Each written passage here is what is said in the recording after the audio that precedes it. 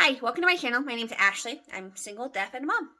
And on today's video, I wanted to talk about my journey in making one of the most difficult life decisions, one of the most important life decisions, one of the most rewarding life decisions, which is to have a baby biologically on my own. So I am the mom, single mom of two adopted children that I adopted by myself. So I don't have a partner. I don't have an ex-partner. It was all done on my own. And that was 2 years ago. And now I have decided to have a child biologically on my own through donor sperm. So this was a situation that was actually a long time coming. I'd actually wanted to have a baby on my own, or have a baby. I mean, preferably not on my own, if I'm honest. Have a baby for a long time. It was those empty arms that led me to decide to become a foster parent, which led me to become an adoptive parent. And I had decided probably about a year and a half ago that I had felt the need and the yearn to have a baby and to have a child that I raised from infancy on.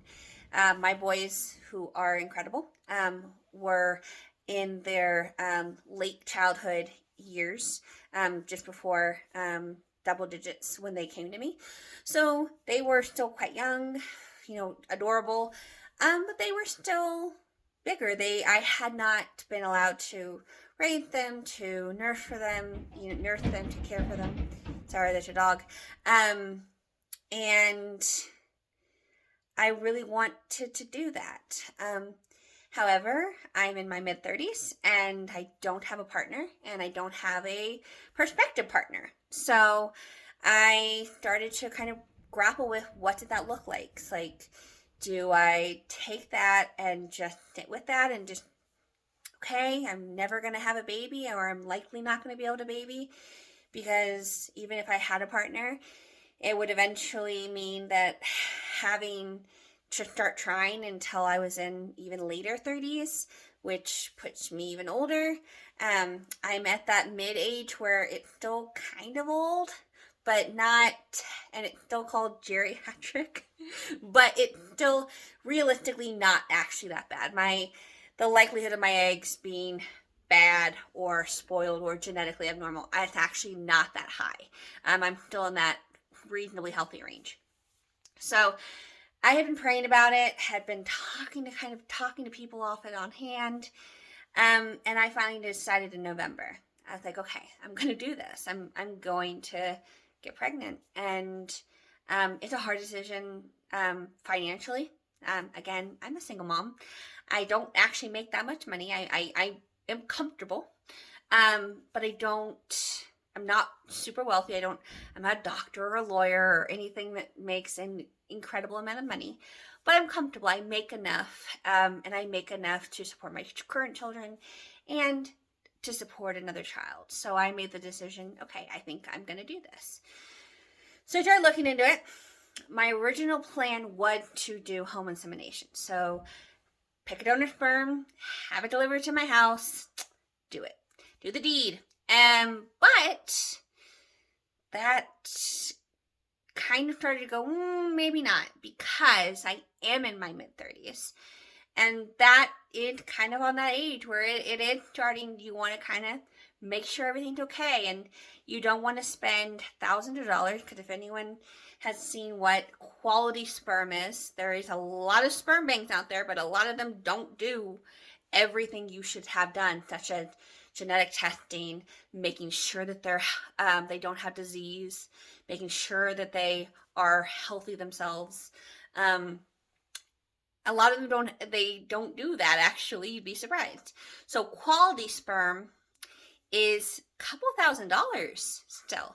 And on top of having to buy the syringes and all that. So before I did that and spent thousands and thousands of dollars, because I was anticipating trying a couple times at least. That's a couple $1,000s.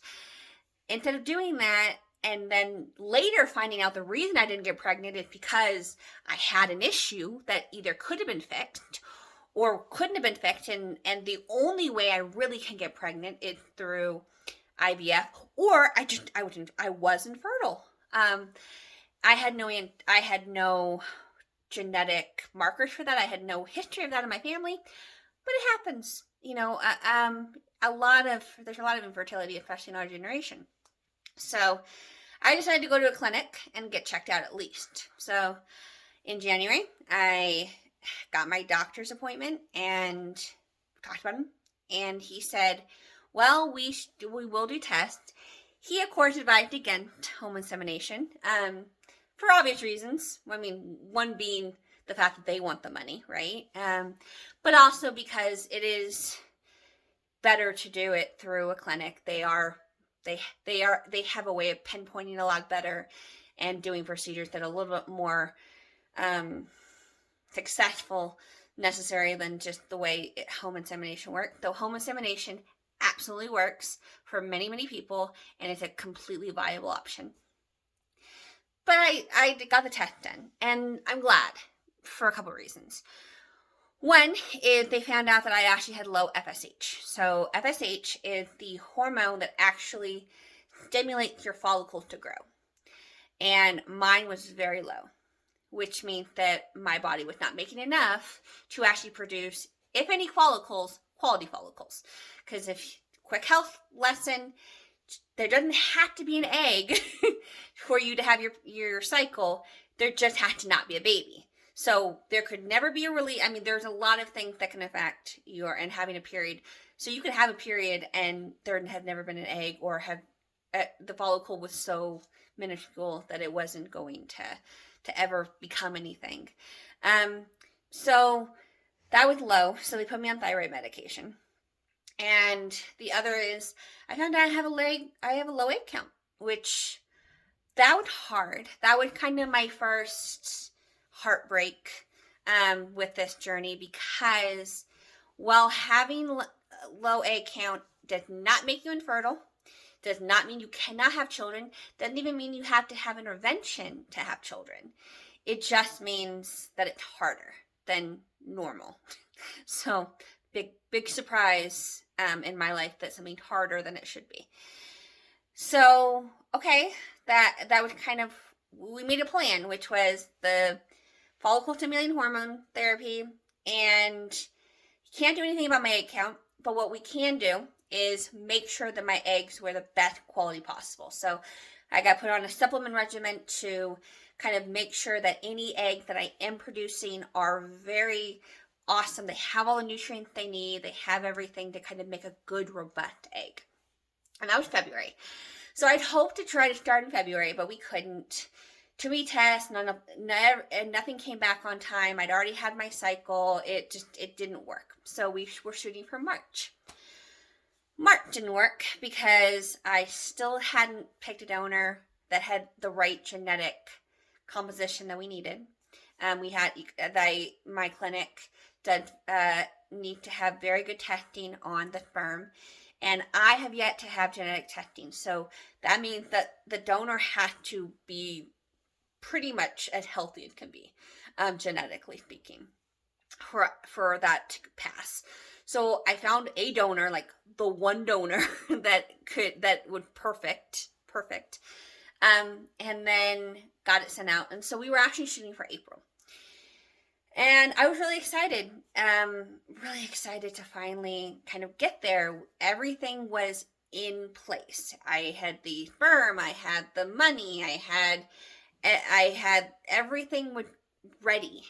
And then we went in for my cyst check, which is where they take a probe and they actually look at my internally, and they look at your ovaries, and they just see if you have any cycles, or any follicles that are actually that have grown and are ready to release and start the process. So we found two follicles, but only one that was actually like measuring what it should be. And I tested that morning on an ovulation test, and it said I had low fertility. So meaning that it wasn't, my hormones were low, it wasn't ready yet. So, okay, that's fine. Good. It was, I was cycle day 12, which is kind of, when you should be testing. It's about the time within a couple days, it should be kind of releasing. They want to bring you in between day 10 and day 12. So it was day 12.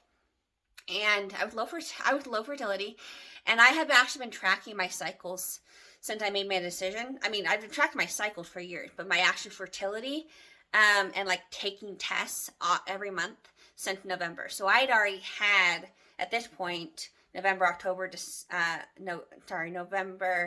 December, January, February, and March. Right, 5 months of tests to kind of predict when I should be ovulating and when my test said I should be ovulating. And so we figured I wouldn't ovulate, probably until Thursday or Friday. So they said, come back Thursday and we're going to do a cyst check. On top of this, we're going to actually have you go get a trigger shot, which is a hormone shot to trigger ovulation if I need it. So I had to drive actually up about an hour away to go get that shot. And I did. And I came back. And so Wednesday, I went to test. And I'm legit thinking it's going to be low or maybe high. So if anyone knows how, especially if you use Clear Blue, they do low fertility, high fertility, and then peak fertility. So I'm thinking, okay, maybe there's high fertility, which means it's going to give me a flashing, happy face. You could get pregnant. It's got a high chance of getting pregnant. But it wasn't. It said peak, which is a solid smiley face. Okay. So I went to I went in and I called them. I said, hey, I had a surge, and they said, okay, come in. And unfortunately, the really good follicle that they had seen on Tuesday was not there. Like, could not find it. And we knew it was there. They could not find it. And so we kind of deduced it had already released. So within 24 hours, it had released. And that was devastating. It was devastating because I had really been looking forward to it, and I had really been built it up, and I had really been ready, and had this at that point had been 5 months of, or 4 months of, getting ready to do this and making that decision, and finally being here, and then having it taken away. And I had a lot of people who know that I'm doing this go, well, it's not a big deal. It, happens. And it does. But it was really hard. I really wanted to do this. And, if it had worked, I'd already be pregnant today. And so it's very hard to give that away and let that go and have to go through it again. I mean, I'm not on any injections or anything, so I'm not really having to worry about hormones that are up and down beyond my natural hormones. But it's still really hard and really sad. And my heart was really broken for a day. I just had a day of just crying in the car and crying everything. And hiya. Forgive me for my appearance. I don't have any makeup on. So I had my cyst check today, and it was 12 millimeters. So I have to probably go back in tomorrow, and we're probably going to do trigger shot on either tomorrow or Thursday. So we're probably looking at Friday for the actual IUI. So yeah, I'm excited. It was on my left side. There was actually 2 on my left side that were actually kind of bigger. But there was definitely a dominant one, which was about 12 millimeters. So, yeah, that kind of where we're at now. So, yeah, I'm excited. We'll see how tomorrow goes. Bye. Hey, so today is cycle day 13. Or 12, sorry, 12. So I went in for my cyst check today, and it was about 15 millimeters. So the plan right now is to give the trigger shot tomorrow with IUI on Sunday. But if I have a surge tomorrow, which will be day 13, it might be IUI on Saturday. So, yeah, getting closer, getting closer. All right, thank you. Bye. Hey guys, so today, day 13, I actually had my surge. So I actually am going to have to take a trigger shot because the IUI is actually set up for tomorrow. So I'm having to actually do the injection, do it myself. So swabbing the area, getting everything ready. And so, warning, if you are, if you're squeamish of needles, I would say look away at this point, because I'm going to inject myself. So, yeah. So, okay. So, yeah, so come with me while we do this. So I'm moving it down here.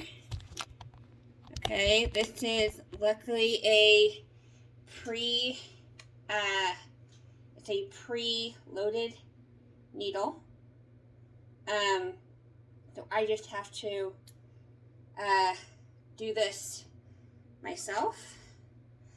And so this is going to be the first time I'm doing this. So 1, 2, 3, 1. Yeah.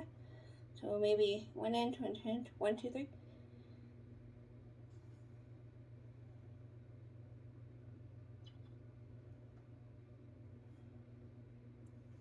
Okay. So luckily enough, it comes with a safety cap.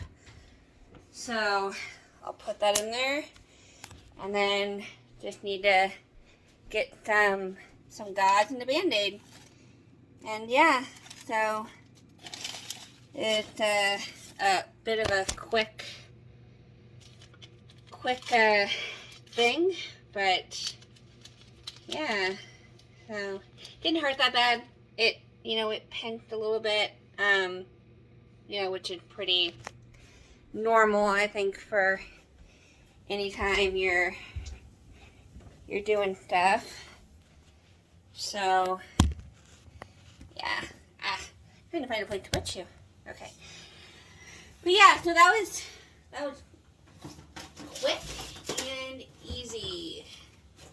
And so now just getting a Band-Aid and hoping that tomorrow, the IUI goes well and there's a baby in 2 weeks confirmed and in 9 months here. All right, thanks. Bye. Hi guys. So I'm actually a week post-ovulation now. I haven't picked up the camera all week because I'm exhausted and tired, and I just, every time I went to do it, I would fall asleep or just something would come up. So, it's a week past it, so I have a week's worth of stuff to kind of go through. So I surged on Thursday, which means that I surged on Friday. It was I did my trigger shot Friday, and the IUI was scheduled for Saturday. So Saturday I drove up to Denver because my local office does not do the IUI themselves. Drove up there, really quick procedure. So it's 5 minutes. Got checked in, got my sperm, took my sperm up to the nurse, and they lay down. They do the thing, and then From there on, you are considered PUPO, P-U-P-O, pregnant until proven otherwise. And so, yeah, it was not a bad procedure. I didn't even feel the catheter, which is saying something. And the only pain was really the fact that I had a incredibly full bladder, because you're supposed to have a comfortably full bladder, but I'm me, and I like to do everything big and make sure I have everything as best as I can. So I had a painfully full bladder, so painful that in fact it was bad. They almost couldn't do it because I was so full, and it wasn't allowing things to be positioned the way they needed to be. But they were, and they did. And so, for anyone who doesn't know what an IUI is, basically it's intrauterine insemination, and basically they take a syringe full of the sperm and they inject it directly into my uterus. So they bypass the vaginal opening, they bypass the cervix, because those are the two most inhospitable environment for sperm. So most sperm, when you're having a child naturally, they actually get killed on the way through the cervix and through the vaginal lining. And so they don't make it to the uterus. And so basically they bypass those two things directly into the uterus, which hopefully gives it a better chance to make it to the fallopian tubes, make it to the ovum, and then that ovum gets fertilized in the fallopian tubes, and then hopefully migrates into the uterus for healthy pregnancy. Obviously, anyone who knows, you do not want it to stay in your fallopian tubes. That's a tubal pregnancy. That is incredibly dangerous and quite frankly deadly for the child and for you, and unfortunately results in people having to have terminations, which we definitely don't want. And then they sent me home. I did not have to lie on my back for more than 15 minutes, though. After I left this clinic, I did not drive myself, even though there's no anesthesia or anything like that.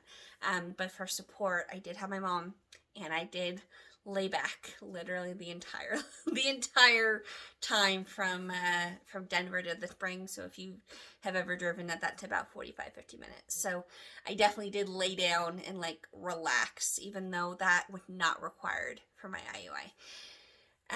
And so then it's just been this week praying a lot and just kind of hoping that the little swimmers met the egg, and that they made it it's a healthy, obviously a healthy pregnancy. Obviously we don't want anything genetically wrong, and that it made it to the uterus. And I would be day 7 post-ovulation. So implantation, which is where the egg is actually implanted into the lining, takes place usually between day 6 and day 12. So I'm kind of in that window right now. But it all just kind of depends on your circumstances. So I don't know if I have any implantation pain. Implantation doesn't always have symptoms. You can, but most women don't recognize their implantation, or a lot of women, when you're not like me, who intentionally is trying to get pregnant and kind of planned it and knows exactly when. A lot of women, it feels like PMS. It feels like the twinges and all the stuff that you feel like, your body getting ready to have your period. Which is why, a lot of women obviously don't, it's nothing spectacularly different than any other week before your cycle. So I am feeling twinges, and I've been a little bit extra tired, been having some additional cravings. I've been kind of bloated. So yeah, who knows? I am, even though the cycle up to my IUI was natural, so meaning I didn't take any medication to increase my egg count or increase my ovulation, anything like that. I am on progesterone suppositories. So I started taking that 2 days after my IUI. So today was day 6 of taking those. I did get blood work on day 4, and my progesterone levels were where they need to be. They were kind of we were there where they want us to be, so that's good. So hopefully that it progressing towards the idea that there's pregnancy.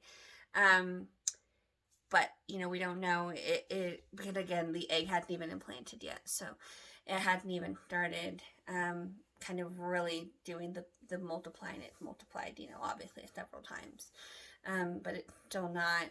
We still don't know by then if there was going to be a pregnancy. Can even, as many people know, even if you do get a fertilized egg, it doesn't mean that it implants. So I have to go and get blood work. So technically it's 14 days after IUI, which would be next Saturday. But again, my clinic is closed on Saturday, so I actually won't get my blood work done until the Monday after, which is the 16th.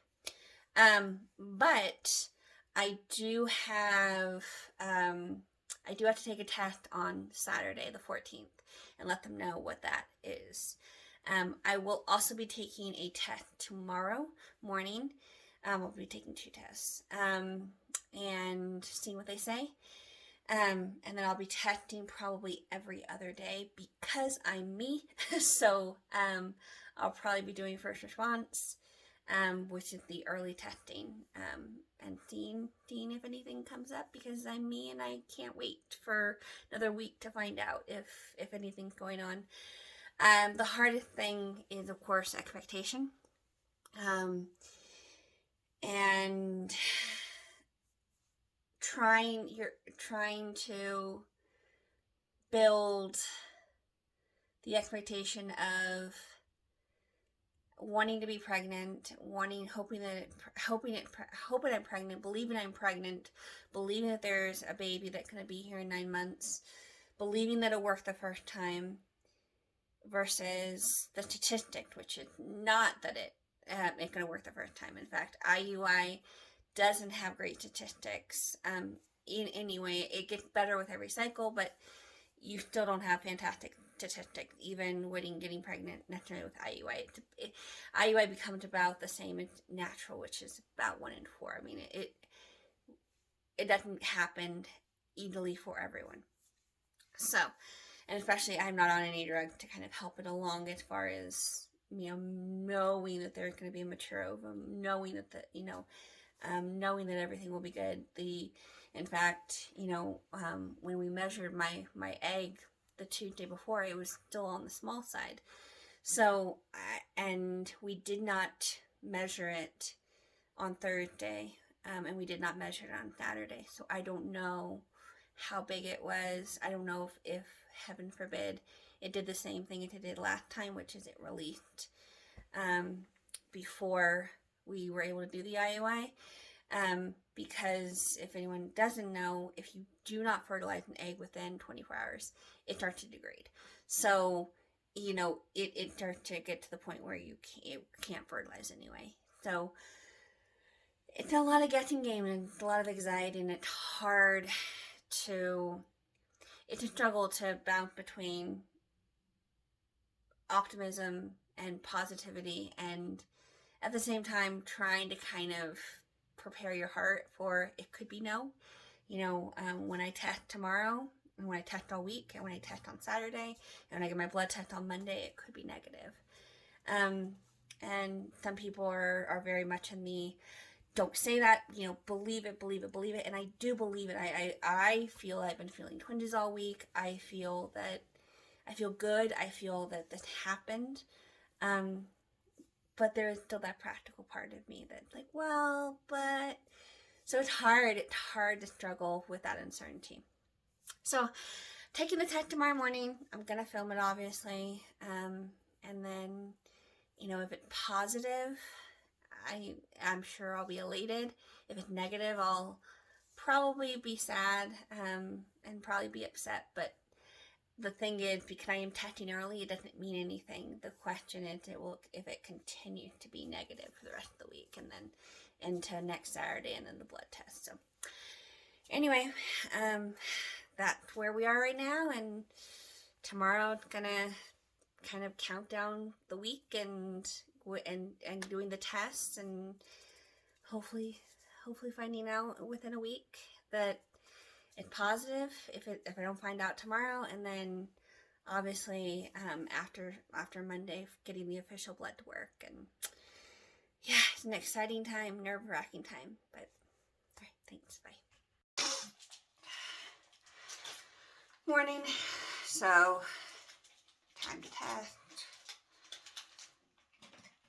Oh no.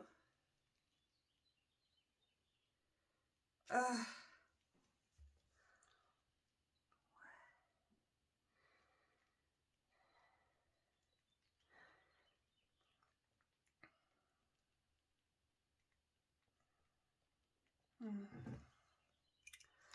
Well, this one's not going to work. This one's already broken. So, that's awesome.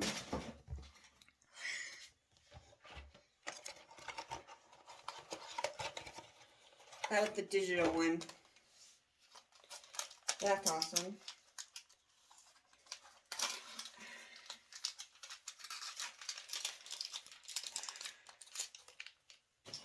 Okay. This is the 2-lined one.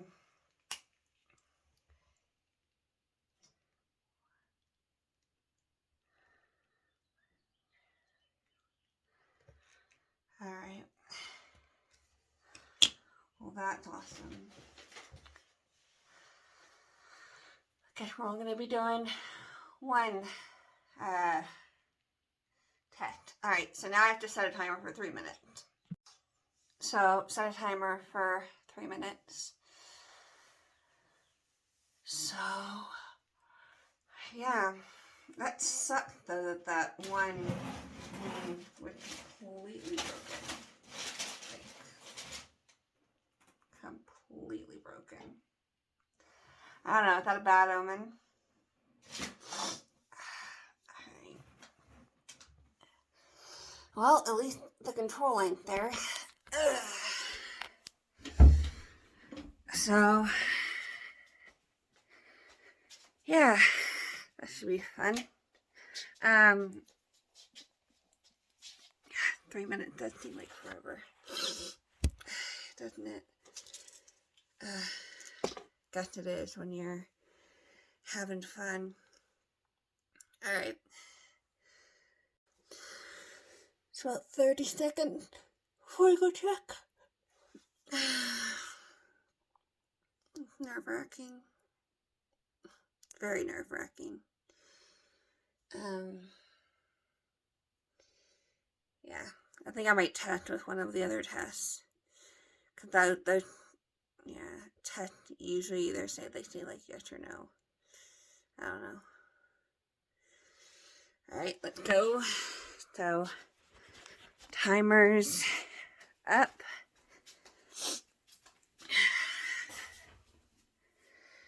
Alright. So, that's a no. I am going to test, I think, with one of my other tests that I have. Just because that test, because the other one was broken, it just kind of, you know, makes you kind of a little uncertain. And I'll test for one of these. And then...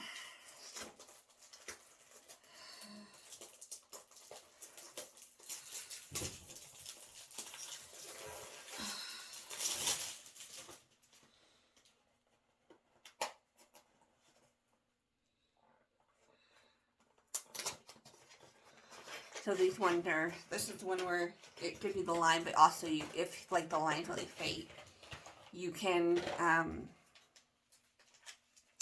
if the line's really faint, you can get it scanned. Okay. 1, 2, 3, 6, 7. Okay. Well, let's check that. this is, okay, now we can.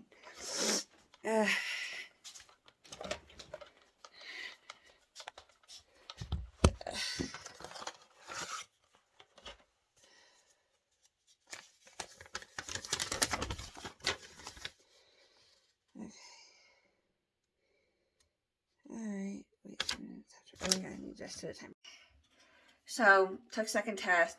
It's a pretty solid no. So, at least not yet. So, I'll test it again probably Tuesday morning, see if it's a little closer. Go from there. Alright, bye. Good morning. So today is Tuesday, the 10th. And so I just tested, and it's about to be done. And I mean, it's a pretty solid, not pregnant. Yeah, it's a pretty solid not pregnant. I'm gonna test again with some different, cause this pee is actually kind of older. I woke up a little bit earlier than normal. Also, when my doc, I know conventional wisdom is to use your first pee, but like, that's what the instructions say, especially for like the ovulation test and stuff. But my doctor would actually recommend using the second one. So I think I might try my second and see if there's any difference. I mean, there's probably not, but what the heck. Well, I tested again with the second, and it was still negative. So I still don't technically have a missed cycle for another 4 days, but it's not looking great, unfortunately. So hey, it's the morning of the 14th, so that'd be 14 days post IUI. And so this is when my clinic said I had to do my testing. I didn't test on Thursday because I decided, I'm psyching myself out, and I'm going to follow the doctor's instructions, and it was really disheartening to see negative. So I've already tested, and I'm ready to get the results. So yeah, let's see what they say. Okay. All right. Well,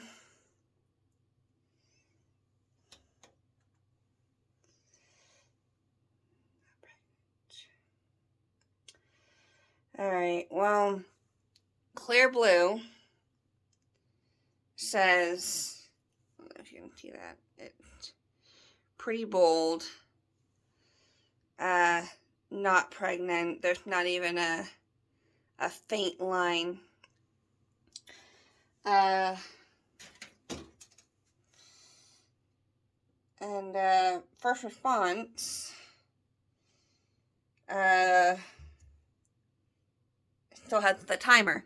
So I'm gonna stop it, and it should take 3 minutes, and let's see if that actually even does it.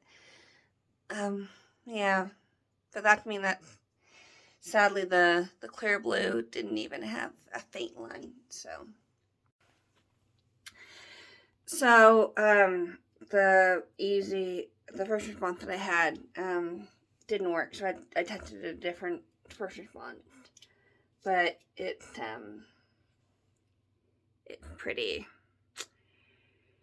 pretty clear. So, yeah, that's a bummer. It's a real bummer. Hey, well, it would appear that today, which is the 15th of May, it appeared that even though I'm on progesterone, I'm bleeding. So, yeah, the test has been negative. So it looked like definitely probably didn't happen this cycle because I've already started my cycle again. I'm a little concerned considering I've been on suppository, so I shouldn't actually be bleeding. It should have delayed my period, but we'll see what the nurse says. I let them know that I've already started bleeding.